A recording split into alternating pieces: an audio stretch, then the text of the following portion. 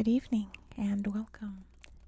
Tonight we will be going over the history and geography of Bar in Montenegro. Montenegro is situated in a region of Europe known as the Balkans, which you can see includes Albania. Up here is Bosnia-Herzegovina. You can see a little bit of Croatia here. This is Serbia, Kosovo, among other countries in this area. Bar, as you can see, is situated on the beautiful Adriatic coast, a sea in the Mediterranean. And on the other side, you can see this beautiful lake, which goes by different names depending on what language you speak, because there are many languages spoken here in the Balkans. Many and many. I think the most I've seen is Lake Skadar. You can see my atlas calls it Lake Skotari. But I believe in Montenegrin it's pronounced Shkroda, I think. Any Montenegrins out there want to let me know? I'd appreciate it. But this region is just right here. It's a tiny part of Montenegro. So we're mainly going to discuss the city of Bar itself, because everywhere else is mostly just farming communities and beautiful small towns in the beautiful hills here along the lakeside. But our story actually begins just outside the city of Bar, where we can find what could possibly be the world's oldest olive tree, and it's believed to be around 2,000 years old. So we don't know a lot about the ancient peoples of this region. They were definitely there. We're just not quite sure what they did, but clearly someone planted that tree long, long ago. So they were up to some olivey goodness, that's for sure. This would have been part of ancient Illyria, which would have eventually been conquered by the Romans, which once the Roman Empire split, this would have been part of the Byzantine Empire, or the Eastern Roman Empire. But that was not to last for long, because in the 10th century, the Slavic population here formed the kingdom of Duklja, which again, feel free to correct me on pronunciation. I'm pretty sure that's how it's done, but I could still be wrong. Duklja. Duklja was the first Montenegrin state, and they rose up against the Byzantines and fought them off, particularly during the Battle of Bar in 1042. What am I pointing at? That's not Bar. There we go. That's what I get for checking my notes while I'm gesturing on the map. 1042 was the Battle of Bar, where they fought off the Byzantine Empire and won. And they got to rule themselves for quite a while. I should note that this town wasn't called Bar back then. It was mainly by many peoples called Antivari or Antibari. And if you know your Greek, you know that that means opposite of Bari. But where is Bari? Let me show you by going like this. Over here to Italy, what do you see? Bari. It's just across the Adriatic from Bar. So it was on the other side of Bari was Antibari. Bar, I want to say, came from Slovene, but again, could be wrong. It's a mishmash of different names, let's say. For all my Serbian viewers out there, I know that you're plentiful and enthusiastic. This area was conquered by Stefan Nemanja in 1183, became part of the Nemanjić dynasty. Can sound off in the comments, all the Serbians here. But they wouldn't hold on for this region for too much longer, because the Venetians would come and take control. It went back and forth a bit in the 1400s, but the Venetians definitely had control by the 1500s. And this is when this area really prospered. Lots of maritime trade, of course, because that's what the Venetians were best at. But they wouldn't hold on to this region for much longer because the Ottomans would soon take over. Just like my cat digging in his litter box right now, the Ottomans dug into the territory and established their culture and rules, and especially their religion of Islam. And before, this was a very Catholic area. Still many Muslims here today, but today it's predominantly Catholic again. The Ottomans would have control of this area for a long time. It wasn't until the end of the Russo-Turkish War in 1878 and the Treaty of Berlin that would release this area from Ottoman control. Now, the Treaty of Berlin reshaped this entire corner of Europe. One of the things that it did essentially was give independence to Montenegro. So Bar finally belonged to the Montenegrins. I'm not pointing at Bar again. There's Bar. Bar is right here. Belonged to the Montenegrins. However, there is a problem because there was a big uprising against the Ottomans during the war, and the city was in ruins. So you can see right here it says Stari Bar. That was where Bar used to be located. But again, it was pretty destroyed, so they moved closer to the seaside and established Novi Bar, or New Bar. Stari Bar is still around today, but this is the main city of Bar. The cat now has the zoomies because he probably just went poop in his litter box. So if you hear little chaotic cat sounds, it's this little guy you can see on my nails causing havoc like he always does. Just as my cat frantically is running around, people came down to the seaside to establish Novi Bar.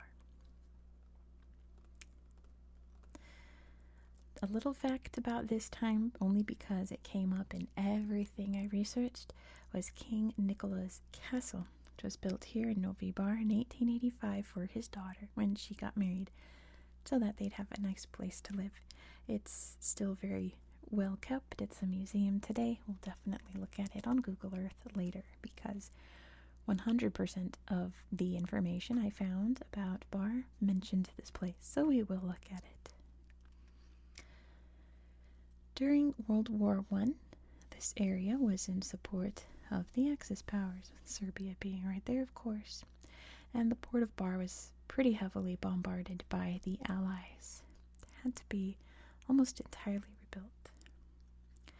But at the end of World War I, a lot of these powers here came together as one to form the Kingdom of Serbs, Croats, and Slovenes, which would a decade later, have a much better name, Yugoslavia. Serbs, Croats, and the Kingdom of Serbs, Croats, and Slovenes is quite a mouthful. Yugoslavia ties together everything neatly. But nothing ever quite went as it should in Yugoslavia. In World War II, Bar was invaded by a coalition of Italians and Germans. But one thing that did happen very cohesively here was a very successful resistance movement in many parts of what was Yugoslavia. And the city was liberated by those resistance fighters in 1944. Of course, Yugoslavia is no longer around. It had a very tumultuous end in the 1990s, but this area was Serbia for a long, long time. Well, it was Serbia and Montenegro, which is another mouthful. Eventually, the two countries, I think it was in 2006, I want to say, they split into their own things. But one last historical fact to mention before we head over to the tablet was the earthquake of 1979, which actually the epicenter was near the capital of Podgorica. But it destroyed many places in Stari Bar, which I'm going to show you on Google Earth in a minute. Many of the old buildings here are now in ruins because of that earthquake, and it's very sad. All of the lost history that we no longer have access to.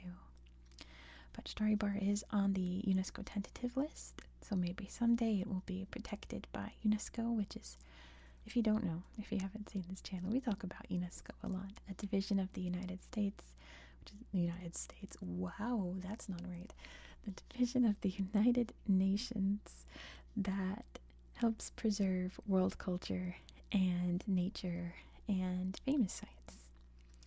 So maybe something will revive there in Starry Bar.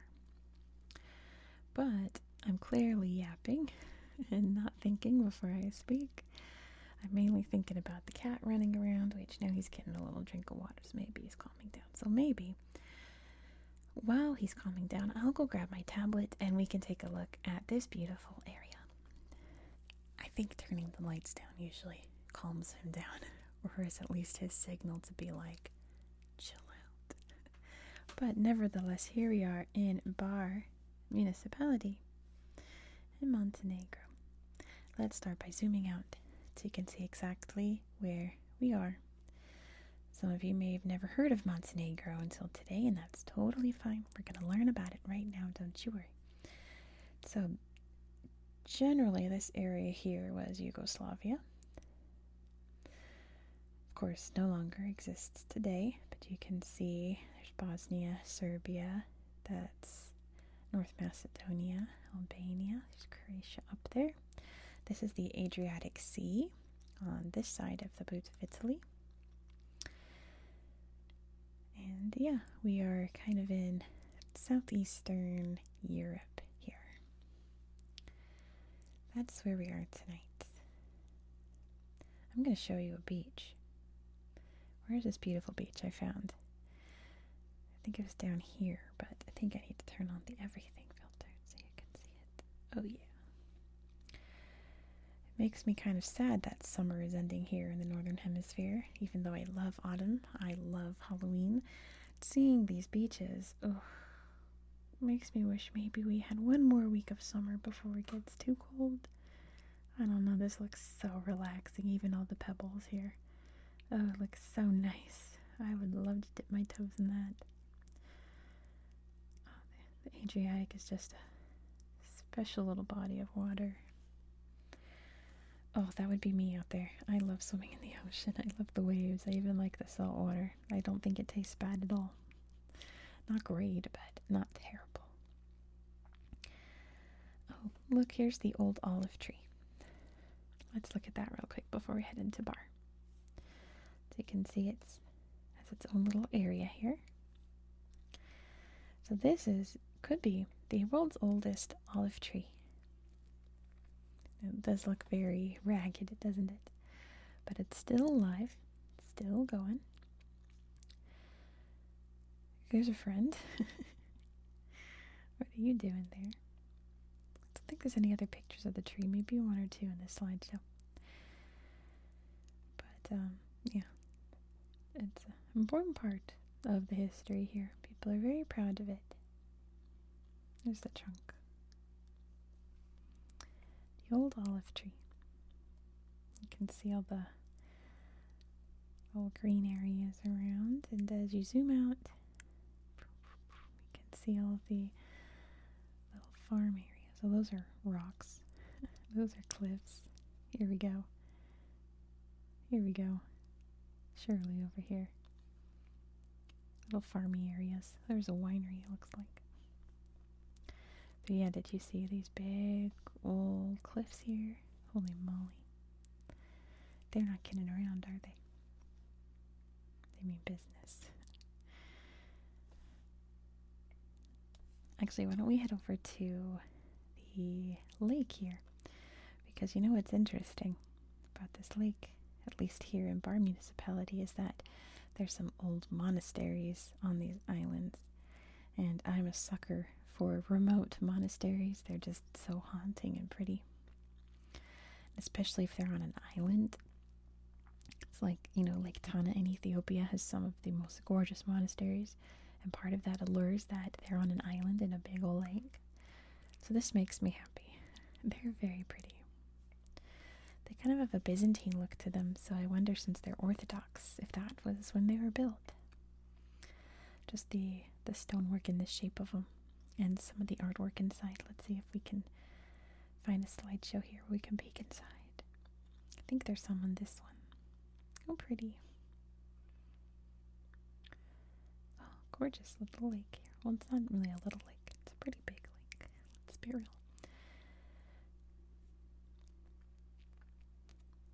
Here we go. I wish I could zoom in, but you can kind of see that Byzantine art influence there. So I wonder if that's when these monasteries were built. Makes a lot of sense. But you can see there's a mosque right here. Like I said, there's still a Muslim population here. Not as big as it once was when the Ottomans were in control and Muslims were coming in, or people were converting one way or another. But it's predominantly Catholic today. I think this slideshow, maybe, I don't think it was this slideshow, but isn't that beautiful? You can see the beautiful landscape from this little villa. Ooh, spooky. There was one around here somewhere that was really gorgeous. Maybe this one, since it's near the edge of the cliff there. Wow. So you can really see this landscape. It kind of has an Italian vibe to it. Just the lush rolling. Okay, selfies. A little thistle there. Okay, selfies. I know, it's great. I'm glad for you. I'm trying to see the landscape here. Oh, I found a really cool slideshow somewhere. I don't remember where it was. But I'm sure there's plenty. Look at that drop off there. Let's see. Maybe this one. Wow. Very nice. Oh, how lovely. You can see some really big mountains in the distance there. Those are real mountains. But yeah, it kind of has that, I guess, just south of the Alps Italian vibe to it, which makes sense because that's not too terribly far from here, just across the water. And it's really beautiful and kind of peaceful too, isn't it? Beautiful landscape. Great for hiking, evidently, and taking lots of selfies of yourself out in the wilderness. That would be me. Alright, let's head to the city now. Let's head to Novi Bar. So here you can see up front, there's King Nicola's Palace right here by the dock area, the port area, which you can see is pretty large. Looks like no ships here. Was there? There's one tagged, but it's definitely not there. There's one tagged there, but it's not there in this picture at all. There's some, looks like battleships there. These look like cargo ships. And these are just yachts and fancy little zip around things at the marina. But here's King Nicola's Palace. Very stately and nice. That must be the guy right there. And yes, very fancy. 1800s, late 1800s, rich people place. Oh wow, look at those clouds. That's amazing. Maybe that's him. I think that looks a lot more like the pictures I've seen of him online. But yes, very extravagant palace for the royalty of Montenegro. Wow, look at these clothes. This is spectacular. I love we've got the like traditional and then we have a little bit modern, but not too much modern. Those colors are amazing together. Oh, beautiful sunset. Some old anchors. Some jewelry, ornamentation of some kind. Very cool. And yes, this is a museum that you can come to and walk around and see how the royals once lived. These are cool.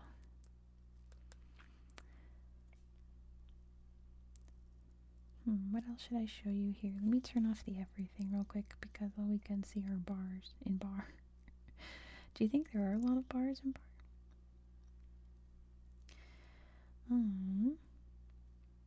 I don't think there's anything else too exciting to show you. There's the beautiful church here. Right in the center. And look how gorgeous. I think this is what I wanted to show you because this is so beautiful. Blue and gold is such a good combination, isn't it? Good color combination. And you can tell it's Orthodox. Oh, look at those gold domes. You can tell that it's definitely Orthodox. Not just the name was in St. Vladimir, but the style of the art. Again, pretty Byzantine looking, but also mostly just very Orthodox Christianity looking. Wow. Very detailed. Alright, we're going to finish this off by looking at Starry Bar. So this used to be the city of Bar.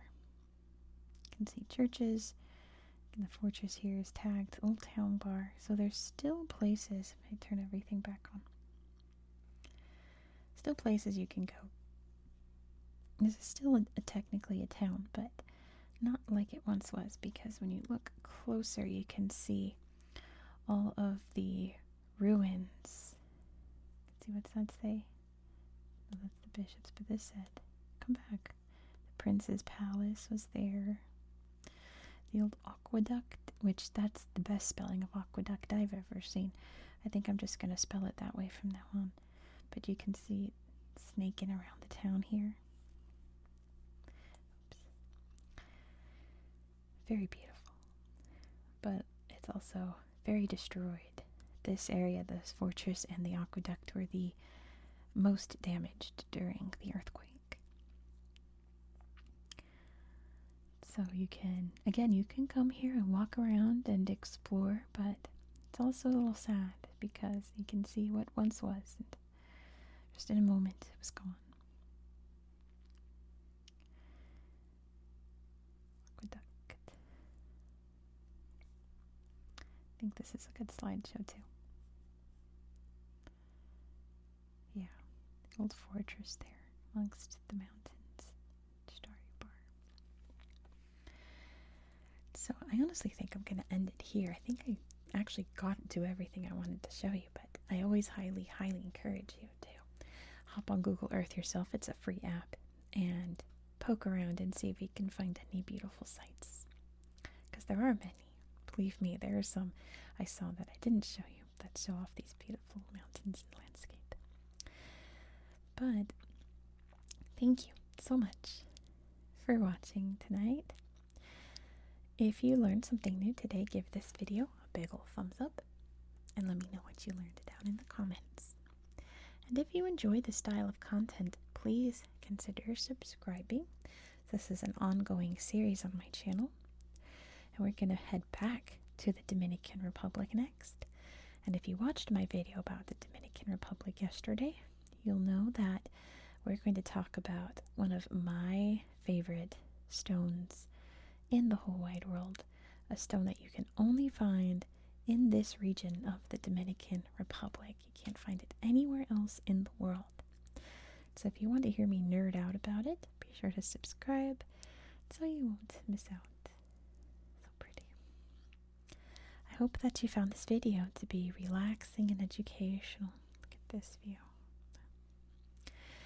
And I hope that you have, a good